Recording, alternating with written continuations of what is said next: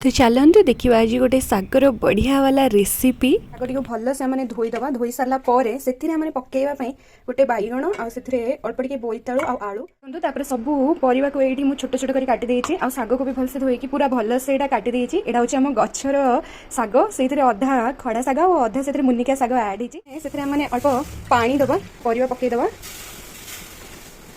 ସେଥିରେ ଲୁଣ ଦେଇଦେବା। ଏଇଟାକୁ ସିଝେଇ ସାରିଲା ପରେ ତା ଘୋଡ଼ଣାଟିକୁ କାଢ଼ିବା। तो देखो ये मुनिका शाग और खड़ा शाग अच्छी दुईटा आगे पकईदे सीझीगला परिवा ताको घोड़े अल्प टाइम पे सीझा छाड़देवा 5 मिनिट पर घोड़ाटा को काढ़ा बढ़िया से भी सीझीगला सीझीगला आम शागटी आ गोटे जगार काढ़ीदे से पकेवा आम 2टी शुखला लंका सोरिष पंचफुटण आम बिरी डाली अल्प टे से दवा 2-4टा आम बढ़ी सीझे परिवा और शाग को ऐड करदे।